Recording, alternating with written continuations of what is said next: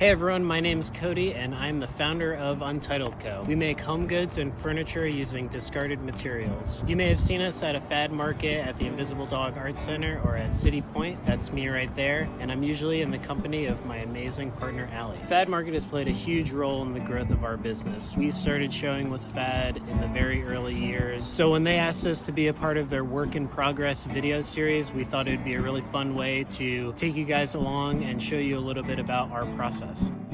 Welcome to our little home studio. It may not look like a whole lot down here, but our home workshop has really proven to be a great asset, especially during these uncertain times. At Untitled Co, we're all about making high quality goods that are both functional and beautiful. This is a nightstand we've been working on that features our yayoi pattern on the drawer face. Today I'm going to show you guys how we make one of our cutting boards. This is an end grain butcher block style board. Traditionally used in butcher shops, these boards would have been huge, sometimes as thick as 12 inches. They were super tough, and over time blocks were resurfaced. Some butchers use the same block in their shop for generations. I start by organizing my material, grouping pieces by thickness and length. As I go through the material, I look at each piece individually and take note of any issues I may have to address. Next, I need to mill each piece. For a strong glue joint, every piece needs to be square and parallel. First, I trim off any problem spots. I use my saw to create parallel sides and head to the joiner to square everything up. Here you can see the transformation the material undergoes through the milling process. We source our wood by connecting with local shops in the area to save unwanted material. Each trip out is an exciting experience. You never really know what you're going to come back to the studio with.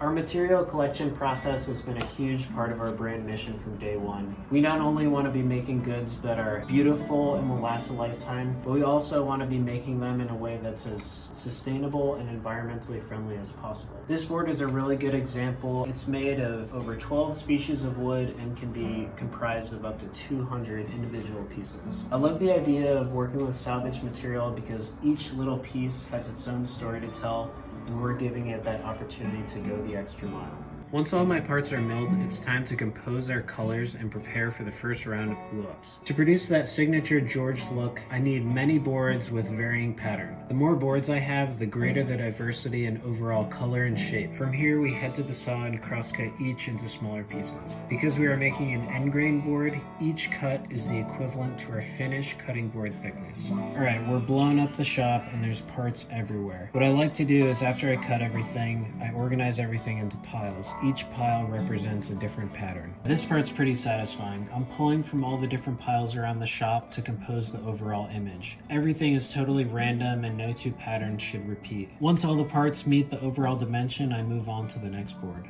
Now is the last chance to make any minor adjustments, and I will often tweak things. Add some glue and it's back into the clamps. So what's the deal with all the names? George, Jasper, Hugo. Well, all the products that we make are named after artists that either inspire us or illustrate the design. This board is named after French Cubist painter Georges Braque.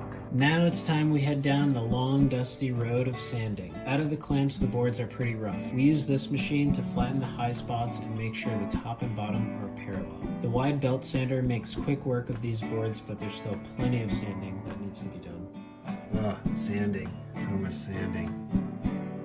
Oh, and did I mention each board is unique? Lastly, we need to apply a few coats of oil and apply some of our board butter wax, and these babies are ready to go. Well, thanks everybody for following along. I hope you learned a thing or two about our business and some of the initiatives we're taking to design and create more sustainably. As a little thank you, I'm offering 20% off our website until Memorial Day. Just use the coupon code FADMARKET. Thanks again for watching and hang in there, everyone.